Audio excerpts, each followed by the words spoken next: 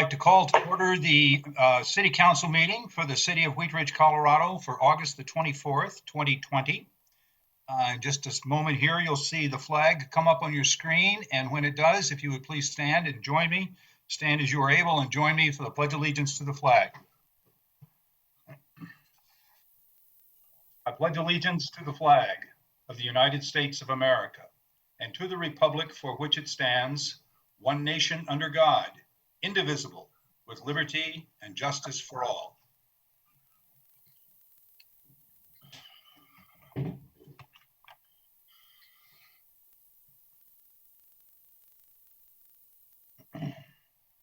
Thank you. Will the clerk please call the roll of the members? Leah Dozman. Here. Valerie Nussler-Beck. Present. Amanda Weaver. Here. Corey Stites. Present. Rachel Haltine. Present. Zachary Urban. Present. Judy Hutchinson. Present. And Janice Hoppy. Present. All members of the council are present, Mr. Mayor. Thank you very much. The councilors, before you in your packet, you have the study session notes of August the 3rd, 2020, and the City Council minutes of August the 10th, 2020. With respect to the study session notes of August the 3rd, if I don't hear any objections, we'll let those stand as presented. So ordered. And for the City Council minutes of August the 10th, 2020, if I don't hear an objection, we'll let those stand as presented. So ordered.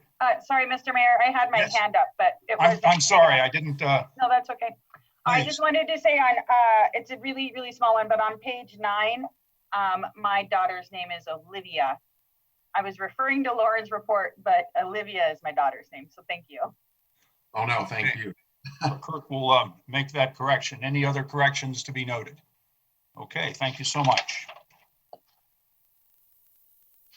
We are now at our citizens' right to speak.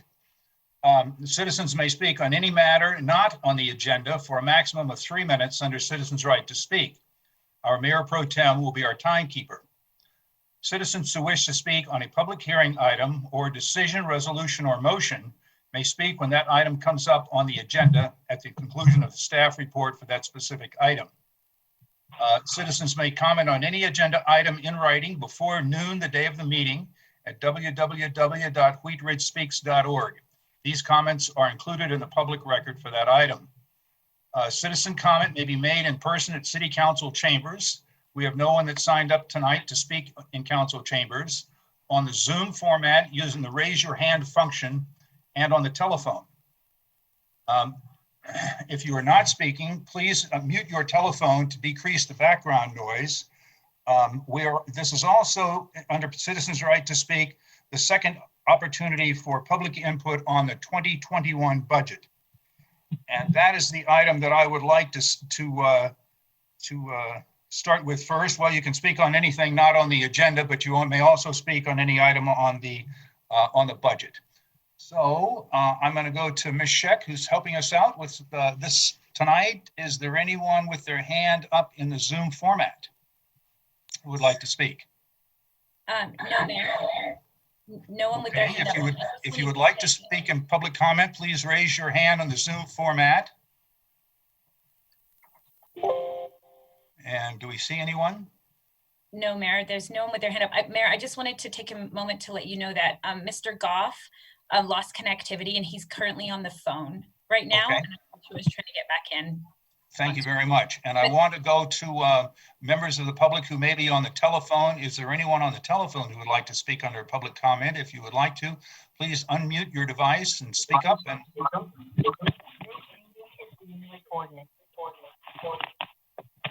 I think we're getting a little feedback from Mr. Goff there.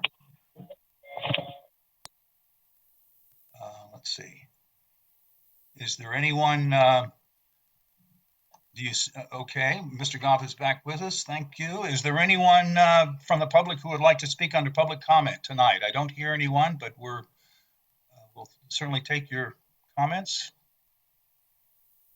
One more time, no one with their hand up in Zoom format and no one ready to speak? Okay, we will close our citizens' right to speak and move to our agenda items.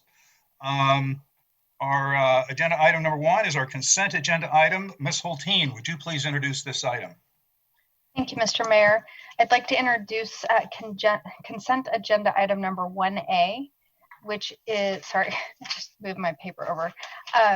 Resolution number 42, 2020, a resolution amending the fiscal year 2020 general fund budget to reflect the approval of a supplemental budget appropriation in the amount of $731,571 for the purpose of accepting the CARES Act local government distribution from Jefferson County. And oh, go on. Please read the ad issue. Yep. At issue, the city entered into an intergovernmental agreement. Oh, wait, do I have that right? Yeah, sorry. Yes. School started and staplers have disappeared in my house. So the city entered into an intergovernmental agreement, IGA, with Jefferson County for the purpose of accepting $2,463,142 in CARES Act funding in 2020. The first 50%, or $1,231,571, was appropriated by City Council on June 8th. The second 50% was received on August 7th, 2020, and now requires appropriation by City Council. City Council already appropriated $500,000 in business stabilization grant funding from general fund reserves in March and May. Therefore, this supplemental budget appropriation will be reduced by that amount for a total appropriation of $731,571.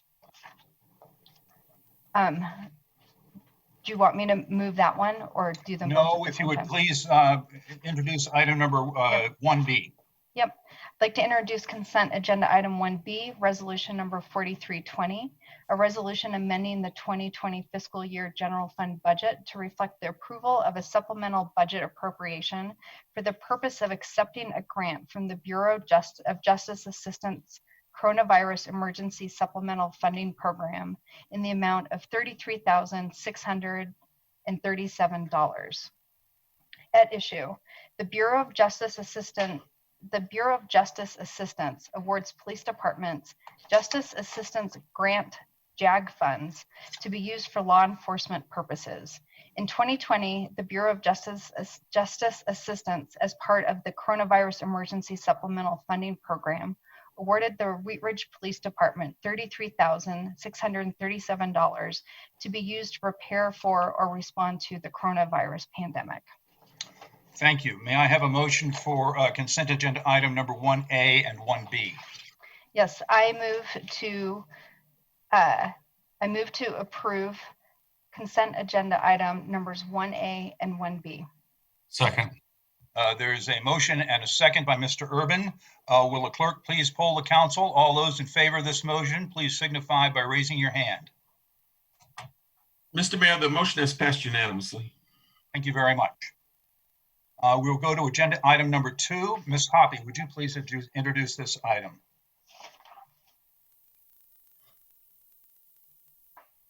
Thank you, Mr. Mayor. Council Bill number 17-2020, an ordinance amending section 16-103 of the Wheat Ridge Code of Laws concerning regulation of noise, ordinance for second reading. At issue, the current Wheat Ridge Code of Laws concerning unreasonable noise is qualitative in nature and is limited in scope and difficult to prove in court because it does not set an objective level by which to measure noise. This ordinance will amend section 16-103 of the Wheat Ridge Code of Laws to apply a numeric decibel standard to enforce noise complaints enumerating from from industrial zones within the city, maintain a reasonableness standard for noise complaints in all other zone districts within the city at a distance of 50 feet or more, create a special permit program for amplified sounds at events on private property, set date and time limits, and to provide a limited number of exemptions. Thank you. This is a public hearing, an ordinance on second reading. It is not quasi-judicial, and I'm going to open the public hearing. And Mr. Goff, do we have a staff presentation on this item? Yes, we do, Mr. Mayor. I will expand a little bit. The issue statement was a good summary, but wanted to expand a little bit more so council and the public understands exactly what changes we're proposing in the ordinance. City Council's been addressing noise ordinance issues for the last 15 years, actually. And most recently, this last December 2019, we did receive consensus to move forward with some changes to our current ordinance. And those changes include an expansion of the types of unlawful noise. In the section B, it just adds a kind of a list of more types of unlawful noise.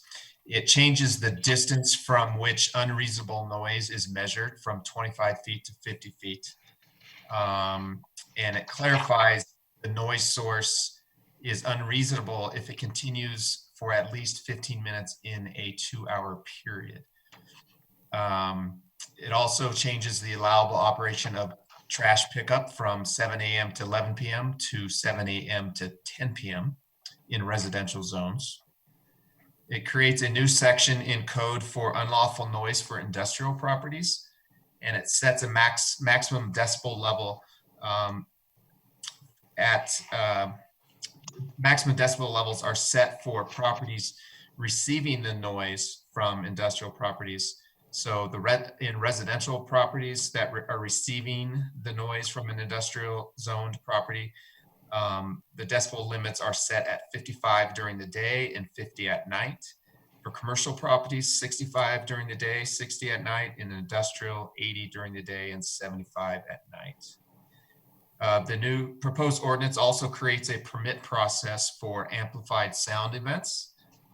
It does allow up to 6 events per location per year, and only between the hours of 9 a.m. and 9 p.m. Sunday through Thursday, and 9 a.m. and 10 p.m. on Friday and Saturday.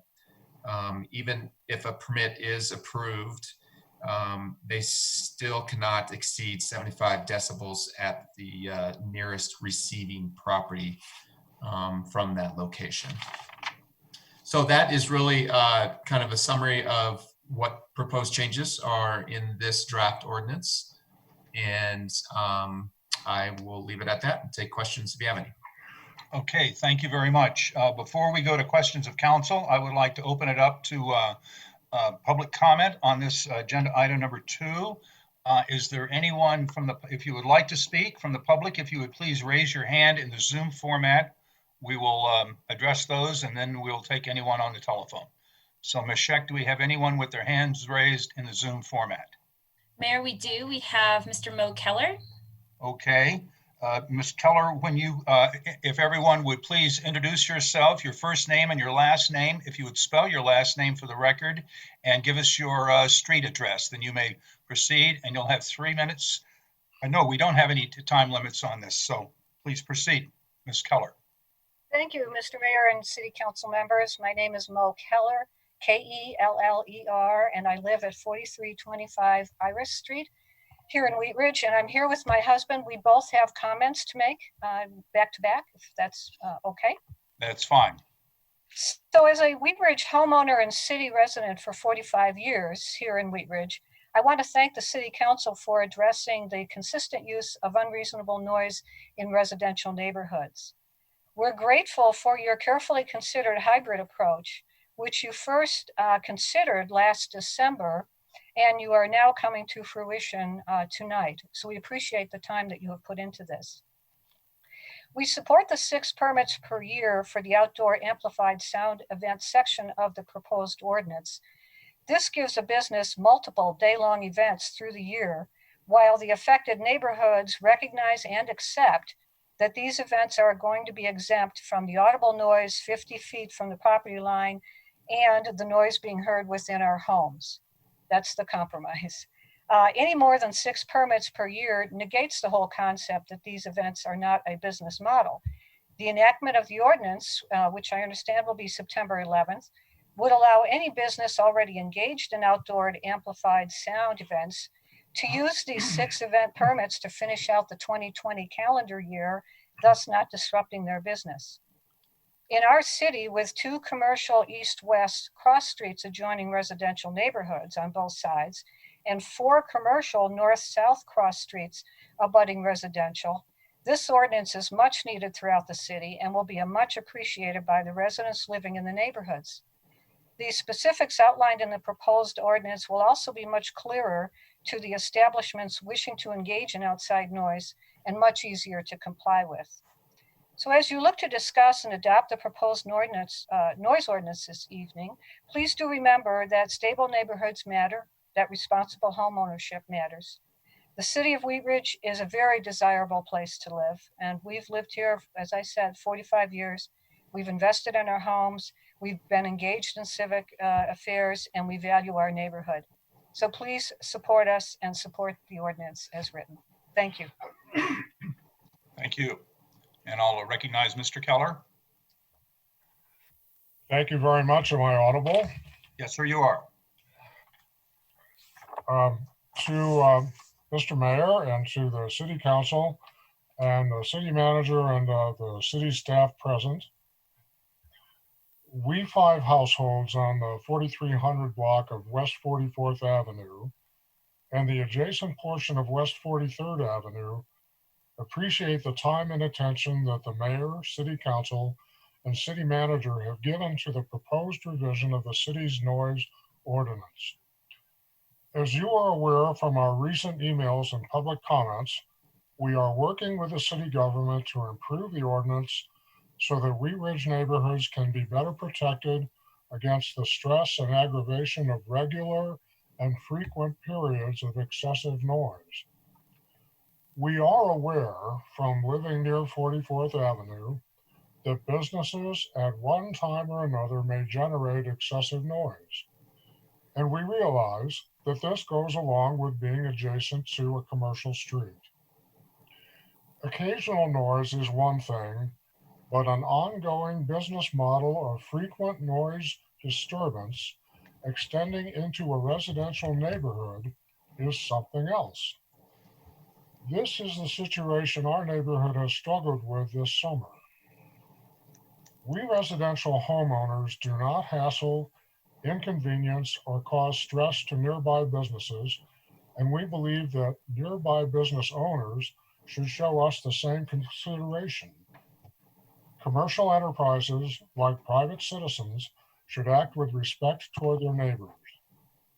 A business model of outdoor amplified sound events twice per weekend over a period of several months degrades the quality of life in the adjacent residential neighborhood, makes the area less attractive to live in, and may decrease local property values.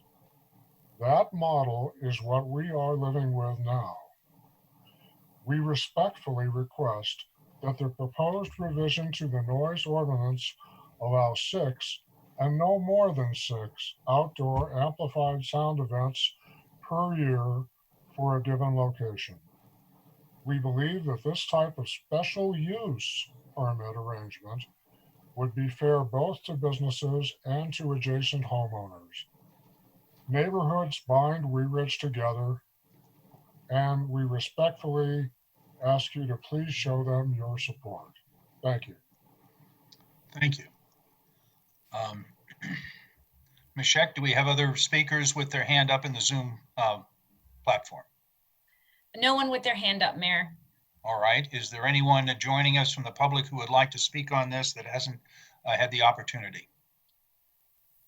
Mayor, we now have Dan Larson's hand up. Okay, Mr. Larson, please introduce yourself and give us your address and you may speak. Thank you, Mayor. Good evening. My name is Dan Larson. It's Larson, and I live at 4799 Flower Street in Wheat Ridge.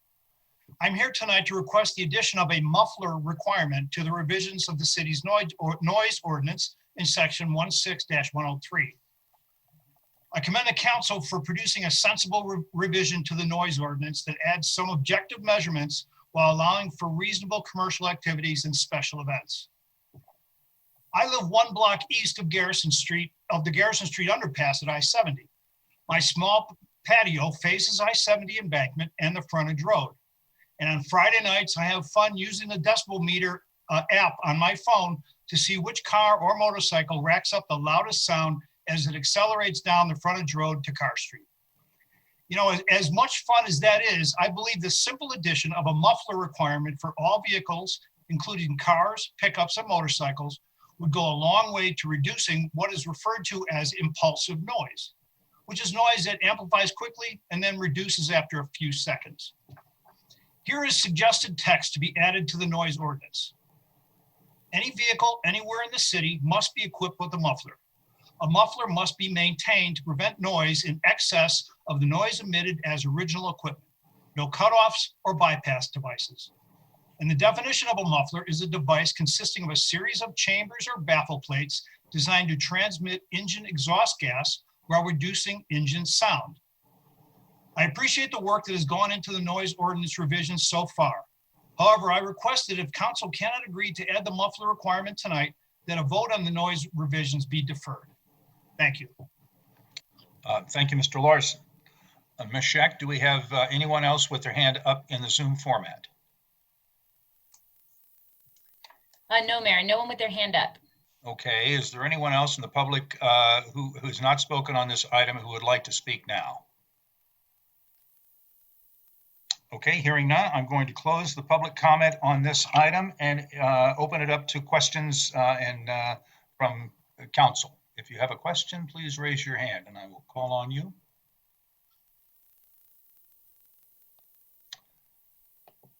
Ms. Weaver. I was just curious from city staff if there's anything that is addressed about mufflers in our noise ordinance. I think the person who called in, Mr. Larson, has a good point, and we have some issues on 38th Avenue at 5 o'clock in the morning. When I'm getting up to deal with animals, there is a very, very loud car that goes down 38th. And I was just curious if there was anything, if it's dealt with in noise or in any other part of our code as far as a muffler requirement. It is not, Councilmember Weaver. It's, you know, the current code as drafted, and actually the current code that's effective in Wheat Ridge for noise, I think would address it as an unreasonable noise. It's not specifically spelled out as a muffler, as inoperable mufflers. There's many of the codes that I've investigated across the country do have a specific language that refers to mufflers, and I've shared that with Councilmember Dozeman and the city attorney and our chief of police.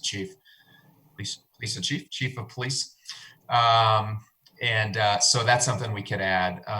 It's, you know, I think we've talked about this in previous years, and I think the previous chief was hesitant about putting something in. It's something that would be very hard to enforce, just so that you all know. Gotcha. Unless there's a known, you know, habitual violator that you can identify. But you know, the police department's not going to be able to chase down cars going down I-70 or even some of the major corridors. By the time we find out that there's a complaint, the car is long gone. But it could address some of the issues where there's some known, I think, violators with vehicles that don't have proper mufflers on. So it's language that could be inserted very easily, I believe, into tonight's ordinance. Could it also, if it wasn't, do you feel like the ordinance that we're discussing right now would allow a person like me, if there was a habitual person in my neighborhood that was repeat offending, that I could deal with it, or would I need a muffler addition? Does that make sense? I will let maybe the city attorney address that. I believe the current ordinance could address it, but Mr. Dahl. Okay. Yes, it could. If you look at the subsection B of the current ordinance, you'll notice that's the sort of general unlawful noise, residential and commercial properties.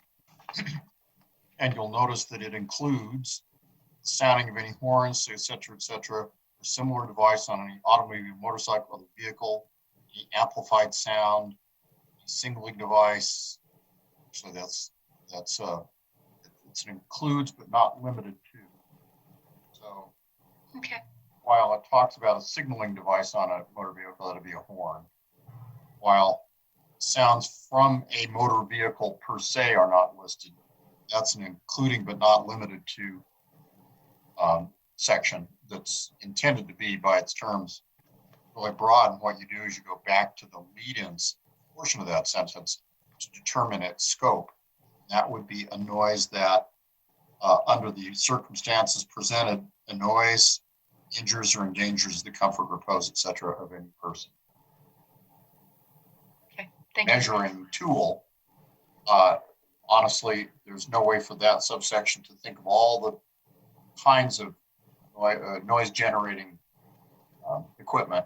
So it does an including but not limited to, and then defaults back to the first phrase, which is really, if it really is bothering you, then it's unlawful. So that would be the basis if I were to write a ticket for a police officer that I would use if there was a habitual offender, as you described. Okay, thank you. Yep. Thank you, Mr. Urban. Thank you, Mr. Mayor. As it relates to the amplified sound event permit that's allowable up to 6 times per year, there's a provision in there that allows an officer to intervene in a given event and curtail the event, shut it down, or otherwise basically revoke the permit for that particular event. But it doesn't appear that we have any ability to curtail any further permits issued to that particular quote unquote violator. So am I reading that right? That someone could have an event that we permitted, that event gets out of hand, but then we're still required to offer them the remainder 5 or whatever number that they have left, and we can't not permit them those future events, correct? That's correct. I would draw your attention though to a subsection D2 on the previous page, where when they come back in for another permit, or permit number 4, if the problem was on permit number 3, each permit is its own application, and it is approved as conditions are denied after review by the police department and other departments as appropriate. It would be appropriate for the city manager or his designee to take into consideration the particular facts around that prior occasion, and might well say, no, I'm not. Yes, I am with conditions, or the facts in the prior occasion were unique enough, and I'm sort of imagining this to go along, but were unique enough, and the permittee has taken actions or has expressed appropriate remorse, and I'm going to issue the permit without a condition.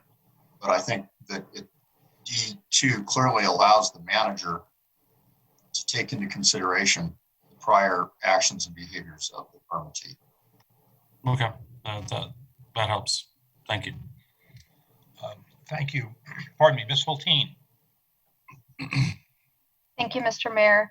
I have a question that I need a little clarification regarding the definition of event location.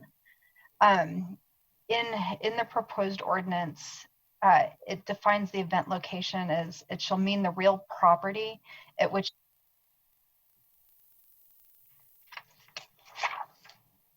Ms. Hulteen, we've lost the audio feed.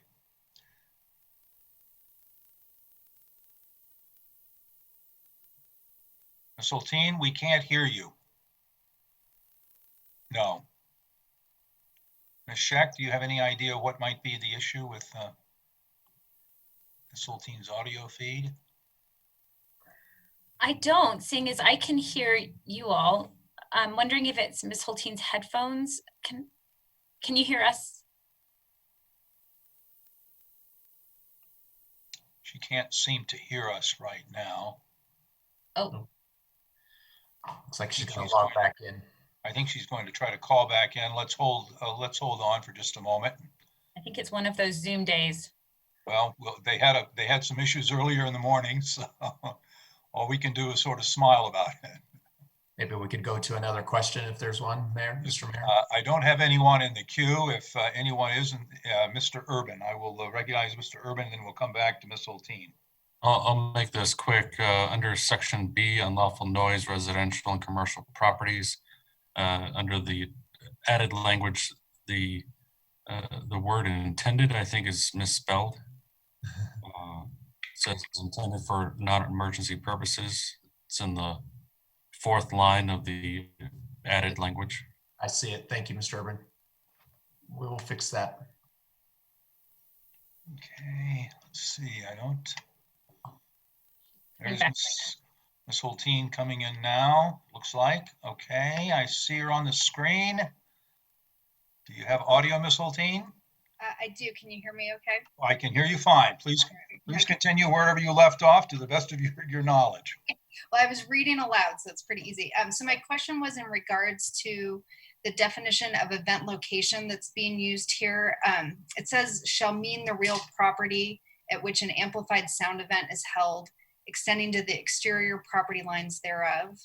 And I'm just wondering if we need more clarification. So for example, the business on 44th, there's one business that actually hosts live music, but I believe the property is, it's a single property owned that has two different businesses on it.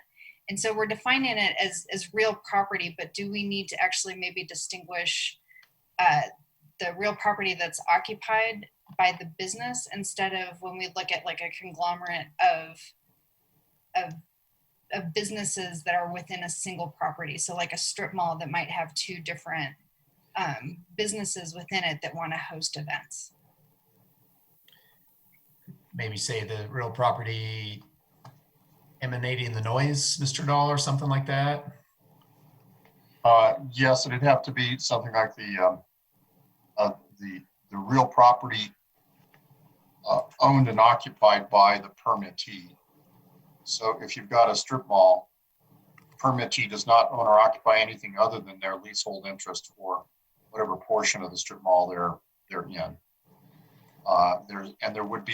There'll be a lease somewhere, and a lease is an interest in real property. So that allows you to get there. So it would be the real property owned or occupied, owned or legally occupied by the permittee would do what you're trying to achieve. Okay. I'm Thank you. making a note as we go. I assume there'll be some amendments at the end, and we can keep track of them. Okay, thank you. Additional comments, questions, Mr. Urban? Thank you, Mr. Mayor.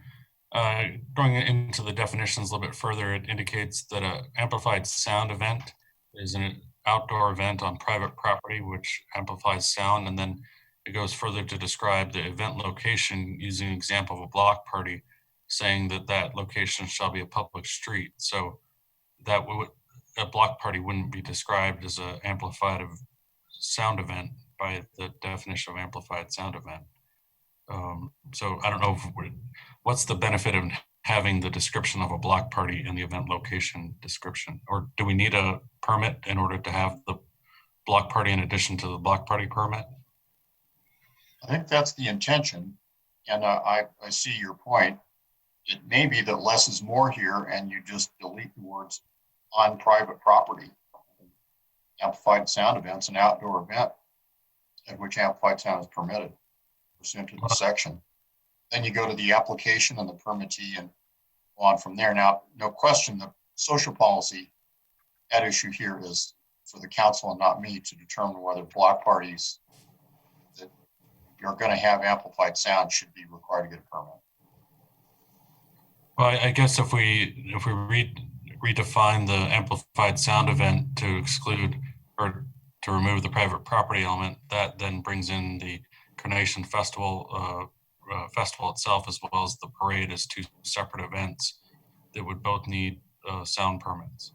Yes. As well as concerts in the park or other events like that as well. So. And it does say, Mr. Urban, in section G, any activity or noise source conducted or caused by an activity conducted or sponsored or approved by the city shall be exempt from the requirements. of this section, so that would exempt those if that's maybe not a policy decision that council wants to make to exempt city events, but that's what the current code says, and that's in our current code. That's not an amendment.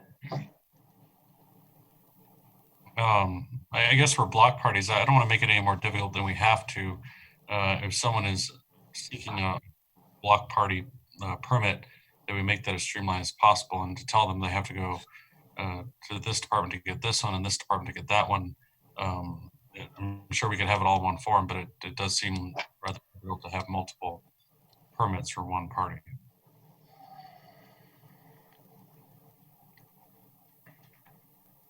Clearly a policy call for the council. There's probably some block parties that are ones the neighbors would welcome and others that they might not, or they might want some conditions or protections.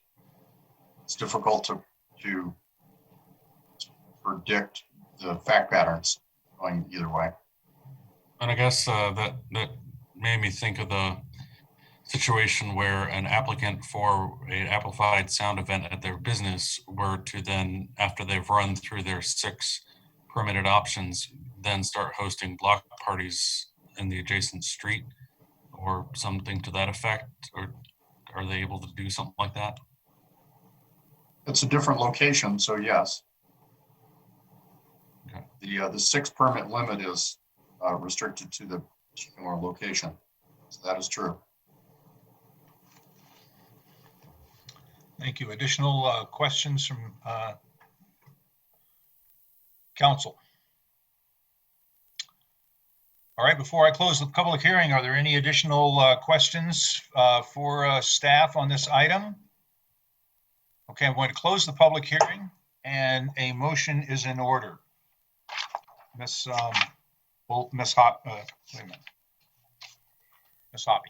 Thank you, Mr. Mayor. I move to approve Council Bill number 17-2020, an ordinance amending section 16-103 of the Wheat Ridge Code of Laws concerning regulation of noise on second reading, and that it takes effect 15 days after final publication, with the exemption of subsection 16-103C concerning unlawful noise, industrial properties, which subsection shall take effect on February 28th, 2021, as permitted by section 5.11 of the city charter, with the following changes. To definitions, under amplified sound event, to strike the words on private property. To definitions of event location, to add the words owned or legally occupied by permittee, and to add a section, let's see, under C, A, add a number 3 that would read, notwithstanding the foregoing, a real property owner in industrial zone district upon which there exists a noise source in operation at the time of this section 16-103C becomes effective, may apply to the city manager for a permit for a different decibel level requirement and or time limitation specific to such real property. Such real property owner will submit the following to the city manager as an application for such permit: a written request for the decibel level, time of day, of week limitations, and other elements of the permit desired. 2, a noise study prepared by a licensed professional engineer supporting the ability of the applicant to comply with the permit levels and conditions requested or to be imposed. 3, any other documents required by the city manager to render the application complete. The city manager will review the application materials and meet with the applicant within 30 days of such submittal and shall recommend to city council approval with conditions or denial of the application by city council. The decision of city council shall be the final decision of the city, subject to judicial appeal. Permit conditions may include, but are not limited to, permitted decibel levels, time and day of week limitations, term of permit and whether renewal periods are permitted, neighborhood outreach and education, contact for complaints, and authority for the city manager to revoke the permit for failure to comply with limitations and conditions. If the city council approves the permit, the city manager will issue the permit. Do I hear a second? Second. Second. We have a second by Mr. Urban. Is there discussion on the motion? Ms. Hoppy, Mr. Urban, and Ms. Dozman. Thank you, Mr. Mayor. I want to say thank you to Councilwoman Nosler-Beck and Councilwoman Dozman for working within our industrial zoning, which is the only zone where we have put in decibel levels, and working with the citizens in the area where an industrial zone is affecting their life, their like peace and life and quiet in their homes, and being able to bring everybody to the table to find a good and reasonable solution, and to make a nice, solid, clean ordinance for us. So I just want to say thank you very much to you guys for that. Thank you, Mr. Urban, and then Ms. Dozman. Thank you, Mr. Mayor. Within the language of the amendment regarding the industrial zone districts, there's a segment that talks about the decision of the city council shall be the final decision of the city subject to judicial appeal. And my question, I guess, is to the city attorney, the language subject to judicial appeal, is that something that is new and unique to this, or is there always a judicial appeal that we're subject to in these regards? There always is the right to appeal.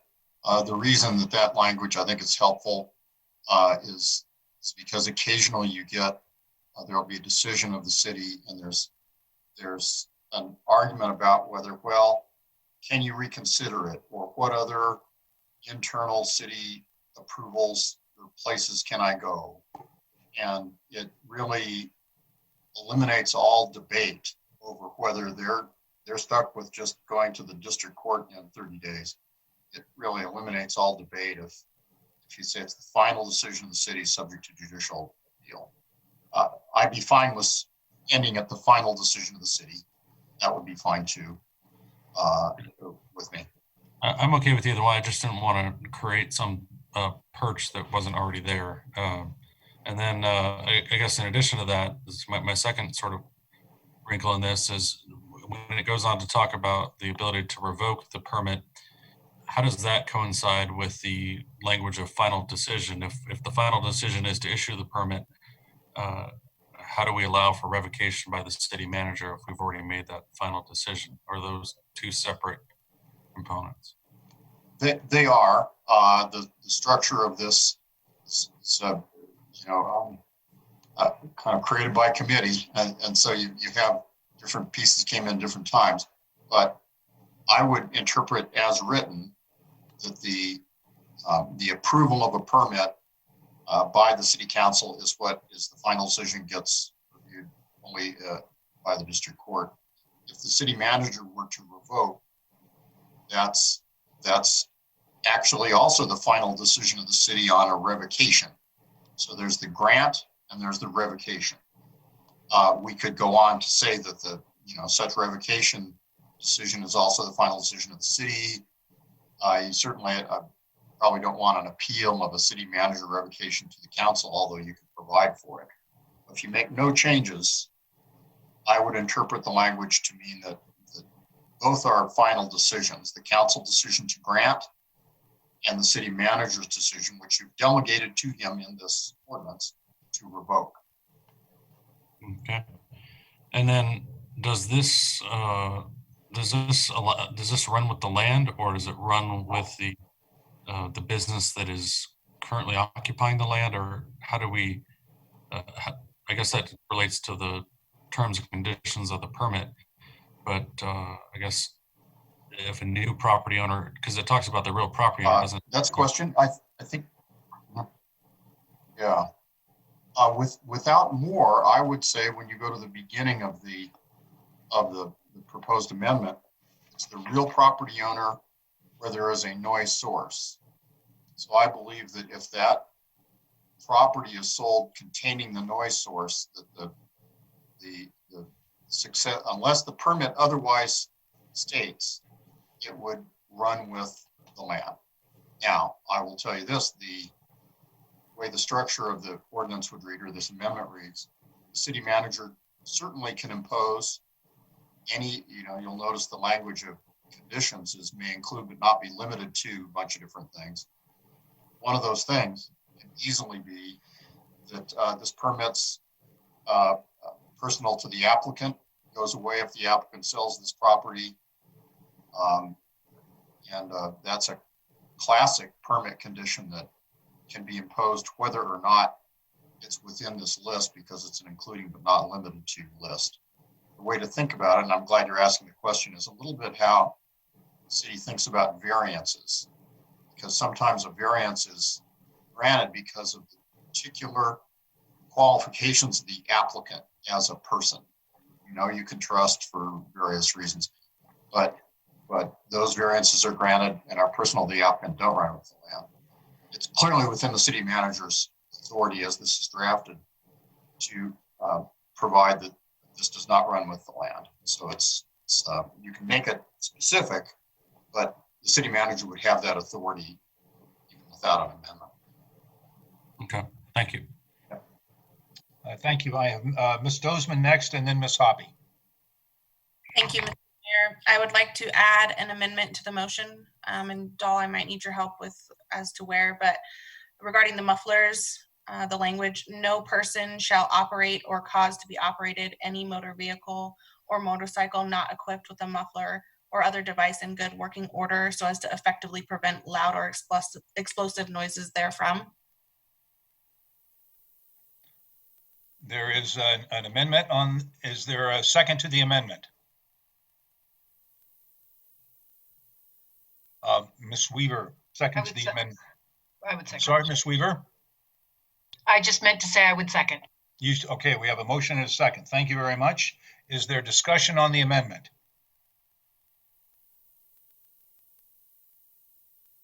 Mr. Urban. Thank you, Mr. Mayor. I appreciate the public comment that was offered tonight regarding the mufflers, and I understand the genesis of that. My reservation about this amendment is the lack of additional public input and additional understanding of how this would impact other individuals that really haven't had an opportunity to address it. I would like us to table that particular issue for a future meeting to get a better feel for what kind of impacts it would have, and being able to better understand its impacts. So that's my reservation on this particular amendment. Thank you. Is there further discussion on the amendment, Ms. Hoppy?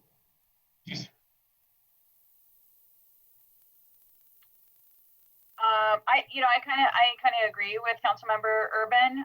One thing that I would just like to note for Councilwoman Dozeman and Weaver, who have made the amendment and seconded it,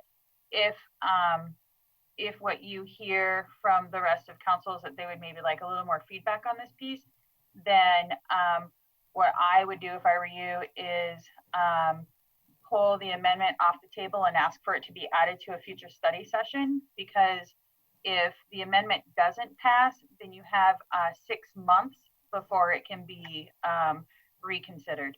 So I just wanted to give you guys that information of some paths that you can take. Ms. Hulteen. Thank you, Mr. Mayor. I agree with other sentiments that I think it's an important issue, and I'm really grateful that we had somebody bring it to our attention.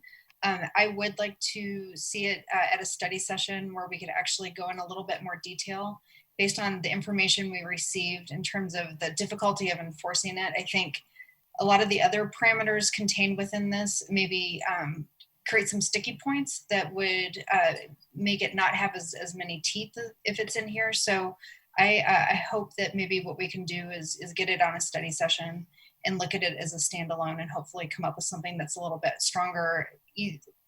Still probably very difficult, but maybe that we would be able to enforce with some effectiveness if there's a recurring problem. And meanwhile, I do feel like what we are adopting, if there's if there is a specific problem that occurs a lot, I do believe there is some opportunity under the current ordinance to enforce that. So, so I would love to see it move forward on a study session. Thank you. Additional discussion on the amendment. Ms. Nosler-Beck. I just would like to also say that I support moving this to a study session to discuss and learn more about it, because I really appreciate people coming to the meeting tonight to talk about it further. But I'm really concerned in terms of how we enforce and how we're able to support the police force and everybody who'd have to actually implement it. So. Additional discussion on the amendment. Ms. Dozeman. If I have the permission from Councilmember Weaver, I can pull that off of the, revoke that amendment and bring it to a study session if that's the consensus among other members. And I'm getting a thumbs up, so.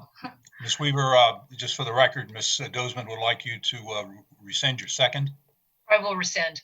Thank you very much. Then we will not consider amendment number 1. And before we went to that, I had Ms. Hoppy in the queue. Are you still have anything that you want to bring up?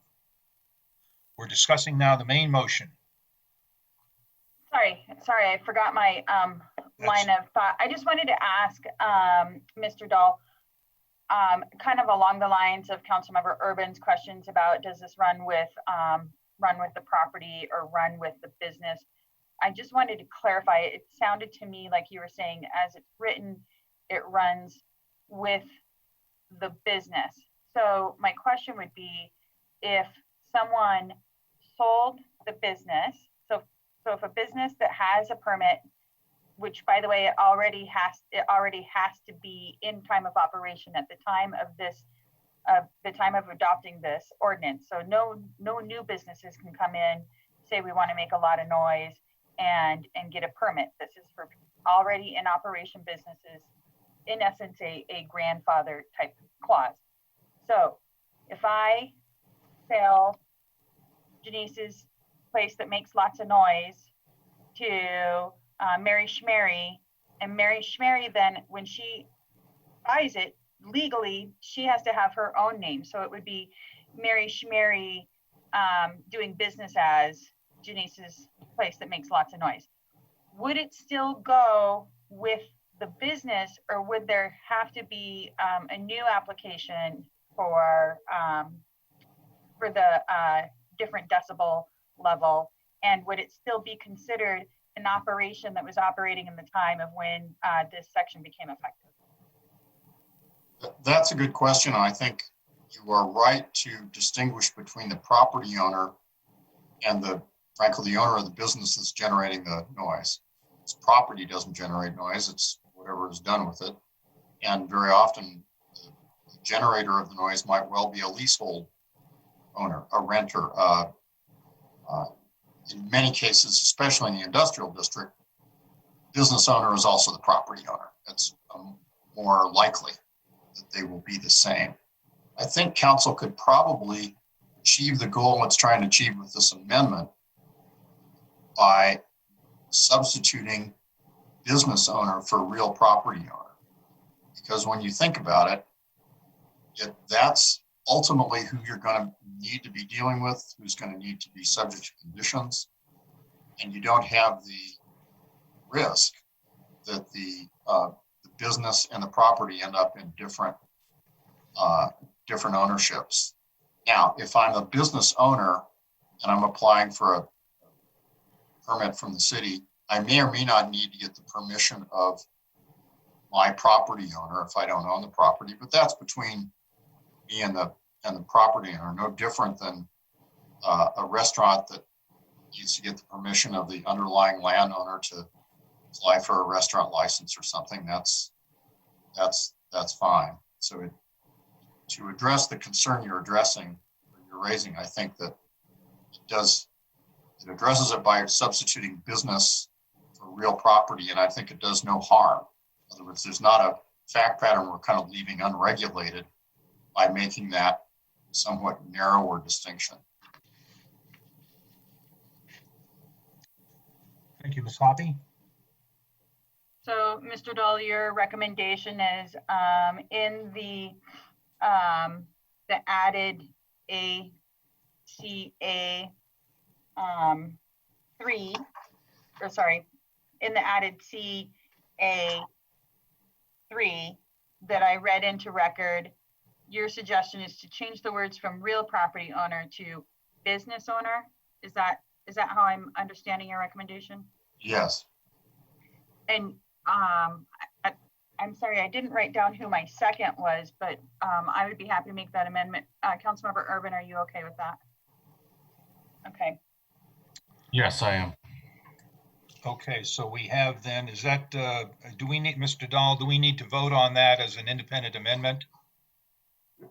No, the amendment's pending in front of you, and as long as the maker of the motion and the second agree to adjust the amendment, it's the motion in front of the council is as amended. Okay, so, And Mr. Urban? I have one additional item. In looking at this, understanding that it is for existing business owners, would it be prudent to put a time frame on when this application can be submitted so that it doesn't just hang out there in perpetuity? So there'd be a 180-day time frame in which they can make application for this. What I don't want to see have happen is someone 6 years from now realizing they're violating the noise ordinance and coming back and looking at this and saying, oh, well, I think we qualify for this. Or is there any detriment to having that time frame? No detriment. The way to address it perhaps would be to require that application be filed on or before the effective date of that particular section, which is per the proposed motion, February 28, 2021, right? Because that's the effective date specifically for that section. So you certainly could add. In that first sentence, maybe? Yes, I'd add it in about the third line where it says, "In operation time, this section becomes effective. May apply, comma, on or before February 28th, 2021, to the city manager, etc."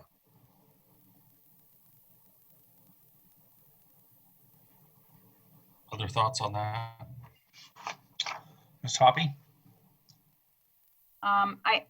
I see the reason why Councilmember Urban is heading down that road, but I guess my concern would be part of the reason of adding this in there for the industrial zones is to make sure that we're covering businesses that are already in operation in our community and in our city, and to not kind of backdoor them by saying, hey, by the way, we changed our noise ordinance and now you're an offender, and to give them that opportunity, but to not allow for new businesses to come in and say, hey, we don't want to spend the money on the noise mitigation when we're building out our project. So we want to get this.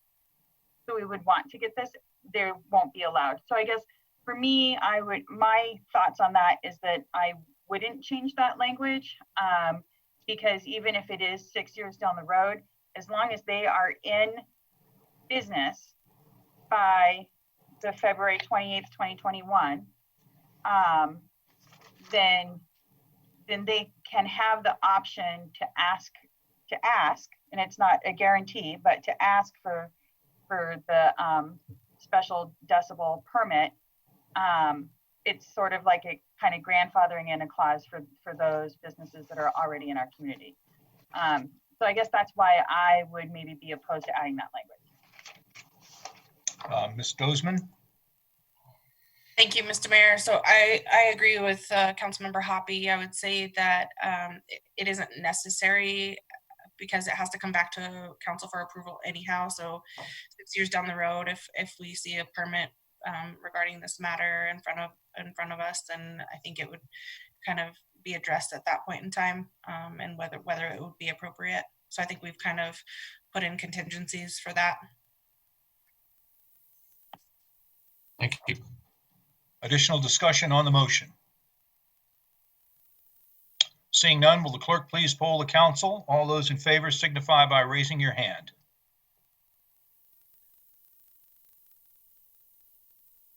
Mr. Mayor, the noise ordinance has passed unanimously. Thank you very much.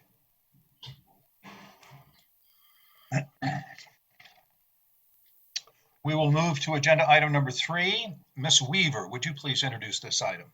Sure, thank you, Mr. Mayor. This is Resolution 44-2020, a resolution approving an intergovernmental agreement concerning the establishment of a regional homeless navigator to support and assist those experiencing homelessness. The City of Wheat Ridge is committed to regional homeless navigation efforts between Jefferson County and the cities therein to address the increasing number of individuals experiencing homelessness. In partnership with the cities of Golden and Edgewater, Wheat Ridge will staff or contract one full-time homeless navigator to share between the 3 cities. Thank you very much. This is an issue that we had a discussion at a recent study session. Mr. Goff, do we have a presentation on this item? No presentation this evening. Mary Ann Schilling is here if you have any questions.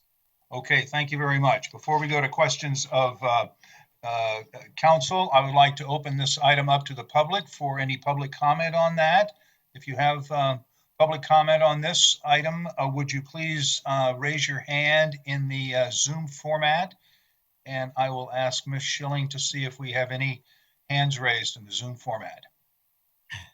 Mayor, nope, we don't. No Zoom hands. Okay, thank you very much. And I will also ask if there's anyone on the telephone who would like to speak on this item. Speak up now. Okay, I don't hear anyone, so we will close our public comment portion of this item and go to questions of council.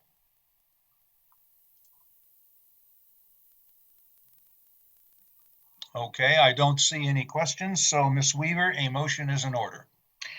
I move to approve resolution number 44-2020, a resolution approving an intergovernmental agreement concerning the establishment of a regional homeless navigator to support and assist those experiencing homelessness. Second. Ms. Nosler Beck, I'm going to give the second to you. So is there discussion on the motion? Seeing none, will the clerk please poll the council? All those in favor of the motion, please signify by raising your hand. Mr. Mayor, the motion has passed unanimously. Thank you very much. We will now go to agenda item number 4. Ms. Dozeman, would you please introduce this item? Yes, thank you, Mr. Mayor. So motion to approve appointment to a City Council District 4 vacancy on the Cultural Commission. At issue, due to the recent resignations of the Ruth Baranowski and Jan Southcott, the City Council appointed 2 new District 4 members on August 10th, 2020 to the Cultural Commission. Afterwards, 1 applicant declined the appointment, and as such, a seat in District 4 Cultural Commission continues to remain vacant. The term of this position will expire on March 2nd, 2021. And if you would like to continue with a motion, or please do. Yes, I would like to continue with the motion. Thank you. I move to appoint Megan Schneckenberger to the Cultural Commission for District 4 to fill a vacancy term ending March 2nd, 2021. Okay. Thank you very much. We have a motion and a second by Ms. Nosler Beck. Is there discussion on the motion? Seeing none, will the clerk please poll the council? All those in favor of the motion, please signify by raising your hand. Mr. Mayor, the motion has passed unanimously. Thank you very much. We will now go to agenda item number 5. Mr. Urban, would you please introduce this item? Thank you, Mr. Mayor. Reconsideration of Ordinance 1696, Series 2020, an ordinance repealing Chapter 16, Article 10, massage parlors, and reenacting regulation of massage businesses by amending Chapter 11, licenses, permits, and miscellaneous business regulations by the addition of a new article entitled Massage Businesses, and making conforming amendments to Chapter 2, Article 5, Administrative Enforcement, and Chapter 26, Zoning and Development. Thank you very much. We will have two motions on this. Mr. Goff, do we have any presentation on this item? We do. City Attorney Dahl will give a brief explanation of why this is in front of you this evening. Thank you, Mr. Dahl. Please continue. Thank you, Council. You saw this ordinance, of course, on second reading on August the 10th and did approve it. There are three sections at the end of the ordinance that make conforming changes to Chapter 26 in the Code of Laws. And as you well know, the vast majority of this ordinance established new regulations for massage businesses in Chapter 11 of the Code of Laws, but changed the terminology and eliminated the old terminology of massage parlors, therapists, massage therapy centers, and used a single terminology, massage business, as the way to move forward with the new approach to the regulation of massage in the city. Massage businesses aren't recognized as a specific recognized use in Chapter 26, the various use charts. And instead, we have the old terms there, massage parlor, massage therapist, massage therapy center. The changes to Chapter 26, which were at the end of the ordinance, were designed to make the terminology throughout the code consistent. Honestly, even without those changes, the licensing scheme established by the Chapter 11 changes would have continued on, and the planning department would have continued to just interpret the various massage kinds of uses permitted in zone districts where they previously were. The code requires that Chapter 26 changes receive a recommendation from the Planning Commission, and that did not take place. A lot of people worked on this ordinance and hard to keep track of making sure something went to Planning Commission. I'm happy to own that. It didn't go to Planning Commission, but we've since taken that proposal to Planning Commission, and I sat in on their Zoom meeting on last Thursday, explained to them what was going on, and what was needed was for them to approve conforming changes, not substantive, but conforming changes in Chapter 26 to make the terminology in Chapter 26 consistent with the new licensing massage business terminology in Chapter 11.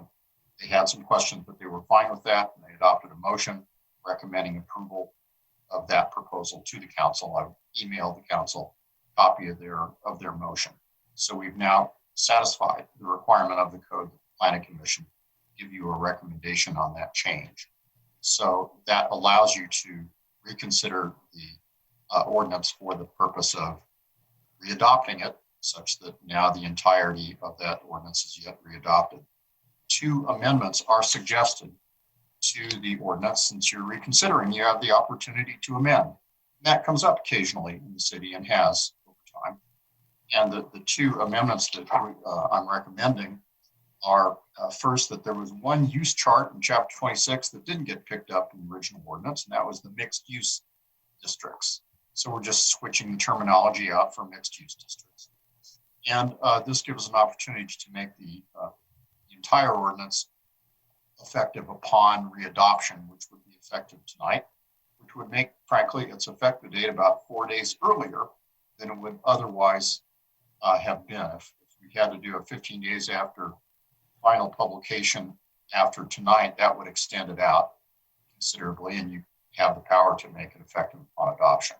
So the two motions that are in front of you, one is to reconsider, and as council knows, the ones that have been on council sometime, a reconsideration motion takes the council, if passed by 3/4 majority of the council, takes the council back in time to the moment before it adopted the ordinance on second reading back on August 10th. It's a time machine. So you go back to that point in time, and you're allowed, before you finally adopt an ordinance, to amend it. That just happened, didn't it, on the noise ordinance? So you would be doing the same thing here. Motion to reconsider takes you back in time and allows you to act on the ordinance again. Second motion that is suggested has you making those two minor corrections I described and readopting the ordinance and making it effective upon adoption. So that's the package, and those are the two motions which I recommend. Thank you very much. Before we go to questions of council, I will open this up to comments from the public. Is there any member of the public who would like to speak on this item number 5? This is your opportunity. If you would raise your hand in the Zoom format, we will ask Ms. Scheck to check the Zoom format and see if anyone would like to speak on this item. Mayor, I don't see any Zoom hands up. Thank you very much. Is there anyone on the telephone or in another device who would, from the public, who would like to speak on this item? Please speak up and I will recognize you. All right, I don't hear anyone from the public wishing to speak on this item, so we will close that portion of this item and go to questions of council. Do we have questions of council? I mean, questions from council of staff. Any questions before we go to a motion or motions? Okay, seeing none, Mr. Urban, would you please lead us off and provide a motion on this? Thank you, Mr. Mayor. I move to reconsider ordinance 1696, series 2020, an ordinance repealing chapter 16, article 10, massage parlors, and reenacting regulation of massage businesses by amending chapter 11, licenses, permits, and miscellaneous business regulations by the addition of a new article entitled massage businesses and making conforming amendments to chapter 2, article 5, administrative enforcement, and chapter 26, zoning and development. Second. We have a motion and a second by Mr. Stites. Is there discussion on the motion? Seeing none, will the clerk please poll the council? All those in favor of the motion signify by raising your hand. I have a question. Yes. Are we then doing the second one as a separate vote, or is the second one an amendment to the first motion? We will. Second motion's an independent motion. So we motion. This first motion just brings the matter in front of the council and enables it to take further action. Okay. So once again, all those in favor of the motion signify by raising your hand.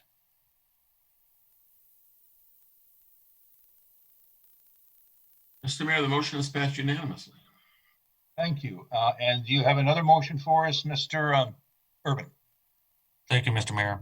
I move to amend section 7 of ordinance 1696, series 2020, to insert a new line in code section 26-111B1, identifying massage businesses as permitted use in the mixed use districts under commercial services and retail, and amend section 11 effective date to make the ordinance effective upon readoption, and as amended to readopt ordinance 1696 series of 2020, an ordinance repealing chapter 16 article 10 massage parlors and reenacting regulation of massage businesses by amending chapter 11 licenses, permits, and miscellaneous business regulations by the addition of a new article entitled massage businesses and making conforming amendments to chapter 2 article 5 administrative enforcement and chapter 26 zoning and development, or it published and that it take effect immediately upon adoption as permitted by section 5.11 of the charter. Second. We have a motion by second by Mr. Stites again. Is there discussion on the motion? Okay, seeing none, and there's always second chances, we will go to a vote. All those in favor of the motion, please signify by raising your hand, and the clerk will count the votes. Mr. Mayor, the reconsidered motion has passed unanimously. Okay, we have finished with our 5th item on the agenda tonight. We will go to city manager's matters. Mr. Goff. Thank you, Mr. Mayor. Just a couple of quick items. Just wanted to all the folks who are listening and city council, if you're getting any questions or concerns from constituents, the Department of Local Affairs is providing assistance to both landlords and renters during this time. As you know, some of the assistance has from the federal government, it has been going away, and so we may start to see some issues with renters not being able to pay rent if they're still out of work. So Department of Local Affairs does have a couple programs to help both landlords and renters. So we'll have that information on our website also. Otherwise, you can go to the Department of Local Affairs and it'll be on their website. Some good news from Jefferson County Public Health. The last 2-week COVID case summary last week was down to 379. So that's down quite a bit. And so it looks like at this point, the variants that Jefferson County was awarded should stay in place. I'm not sure if they're waiting for official approval from the state, but we have met the new thresholds on the case numbers. So that's great news. And just a reminder for City Council, the Jefferson Center for Mental Health virtual gala is coming up on September 10th. Denitza sent you all an email if you would like to participate virtually and receive a meal from Jefferson Center. The city is a sponsor for this event, and we do receive 8 meals. We don't get a table and chairs to sit at, but you do potentially get a meal if you want to participate. So please let Denitza know by August 31st if you'd like to participate. Thank you, Mr. Mayor. Thank you. We'll just get out our TV trays if we still have those around. So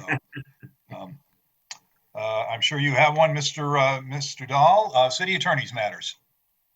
Nothing other than to thank council for its indulgence on the massage ordinance and to thank Councilmember Urban for helping to spearhead that readoption and get it in place. Thank you very much. We will go to our elected officials matters and start with our clerk, Mr. Kirkpatrick. I have nothing new to report this evening, Mr. Mayor.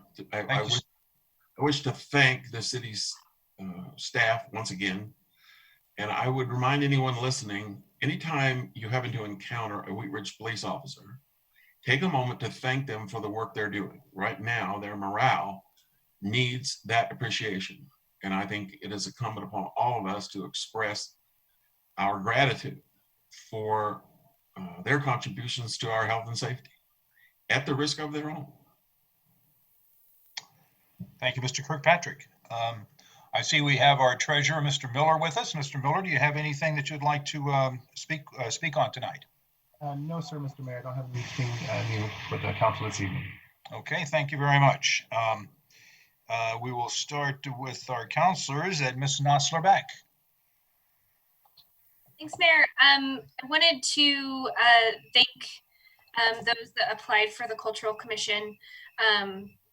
That we had really great candidates that were up for that position, and it's an awesome commission to serve on. And I think during this time of COVID, it's connecting over arts and culture and everything that makes Wheat Ridge so special is a great place to serve. So just thanks for applying. And then I also wanted to thank the teachers and administrators and students and parents and neighbors of parents who are helping make going back to school work.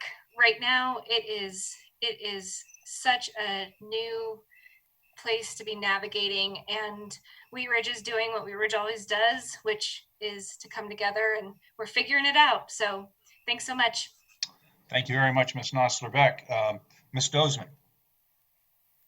Thank you, Mr. Mayor. I wanted to extend my thanks to the Kellers and all of the neighbors on Irish Street, as well as the residents along Nelson and Ridge Road that have reached out and put in suggestions and really helped city staff and us council members on drafting a noise ordinance. And I'm really glad that we were able to see that through tonight. I think that will really help with some of the issues that our neighbors are having as far as amplified noise, as well as industrial noise. And so I wanted to thank the community for showing up and putting forth effort and staying engaged and involved in that. And I also wanted to welcome all of our students back to school. I know today was a little rough for families, myself included, and that it looks vastly different this year than it ever has before. But, education is the foundation of our country, and it's going to lead our children into their future, and they're going to be one day sitting in these seats. So I just wanted to thank all the teachers and educators and parents that are having to facilitate remote learning. Like, just hang in there and, Godspeed. Thank you. Mr. Stites. Thank you, Mr. Mayor. I don't have much tonight. Again, school started today for a lot of people, and it was rocky for many of them. I watched about 28 kids try to start school today, and it was interesting. So we're looking forward to it. But so thank you to the citizens and the parents for helping and being supportive of all the teachers in the community, because I do think that they've been dealt a difficult hand to deal with. So thank you for being compassionate about that. And it was reminded me the other day at a business meeting or at a business district meeting that I should remind people to cut their weeds. So if you're out there, cut your weeds. Okay, thank you, Mr. Stites. Ms. Weaver. Nothing tonight, thank you. Thank you. Ms. Hulteen. Thank you, Mr. Mayor. A couple things. First of all, I just want to reiterate thanks to the many citizens who provided thoughtful and collaborative input on the noise ordinance. I think what we ended up with tonight is a great example of how when citizens come forward and stay engaged, but actually work towards a solution, I think we end up with policy that really serves our city well and extends beyond the people we've engaged with. So I appreciate that, and that's just a great team effort. I'm reiterating with everyone else, huge thank you to especially our teachers who are really doing service to our community and stepping into a very unknown space. I know the teachers in our world are bringing their best with a lot of uncertainty and continue to bring understanding and compassion. That teacher may be the person next to you at the grocery store. So assume everyone's a teacher right now and just extend them a lot of compassion and gratitude. And then I just want to reiterate, I would think this would be incredibly obvious to everybody, but there is a statewide fire ban right now. And just really want to remind people that includes your backyard grill. So just be really, really mindful. We are bone dry, and we really don't want any of these fires to be literally in our backyard.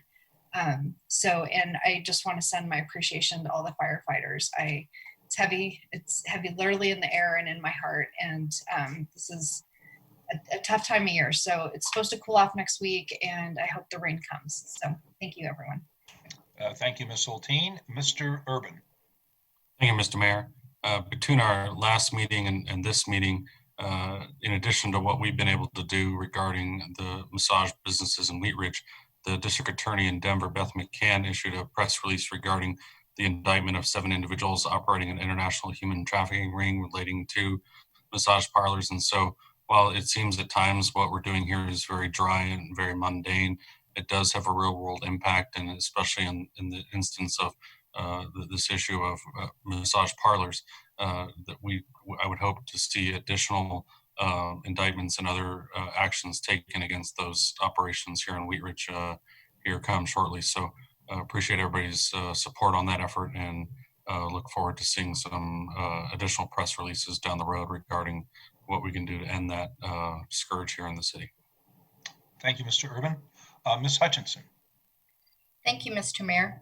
I want to thank the citizens who participated in helping getting the noise ordinance passed. That's what citizens do that are concerned about things. They get together and they can work it out. I also want to state that last week I was walking my dog down 38th Avenue, and I ran into a senior lady, a nice senior lady, who was weeding the planters that are on 38th Avenue.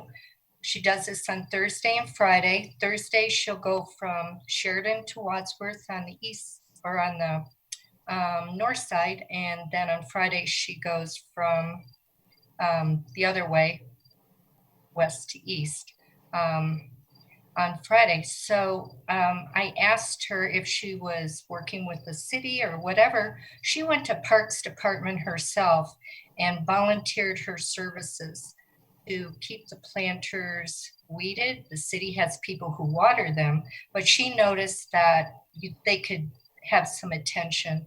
And she's lived in this area since the early 60s. And this is just an example of citizens who've lived here a long time. She saw that something needed to be done, and she didn't wait to get asked. She just went up there and she asked if she could do that. And I just think that was a great thing. So gives her something to do. She likes to walk, and she's also helping the city. And I'm sorry about the 1,000 fish that have died at Sloan's Lake. Thank you. Thank you. Ms. Hoppy. Thank you, Mr. Mayor. I would just like to echo everybody's appreciation and thanks to our teachers and to our firefighters and to our first responders and to our police department. And then I'd just like to say also thank you to us as a governing body. I think that we've done some really good work, and I think this noise ordinance, really shows. We saw it in several study sessions. We worked hard and worked through it, and again, Councilmember Dozeman and Nosler Beck that worked with the citizens, and really did a nice job. So I appreciate everybody's hard work. So thank you for that. Thank you very much. Well, I will echo what our other counselors have said about our students, teachers, and parents going back to school. Not an easy time, but thank you for doing your best efforts to try to teach our children. I know that they will come out of this with an experience that they'll never forget, and it's going to be thanks to the support that they have in our community. Thank you to the citizens who join us at our meetings and work with our counselors and our staff to make good legislation. That's what makes our city such a great place to live in. I was really joyed to see our numbers on the COVID pandemic scales going down. We seem to be taking care of business here, and I would just encourage everybody to take heart. I know it's a bit of the dog days of summer, but keep washing your hands, keep social distancing, wear masks when you're inside and outside when you encounter other human beings, and think about those human beings, because we're all in this together and we're winning. So with no further business to come before the council, we stand adjourned.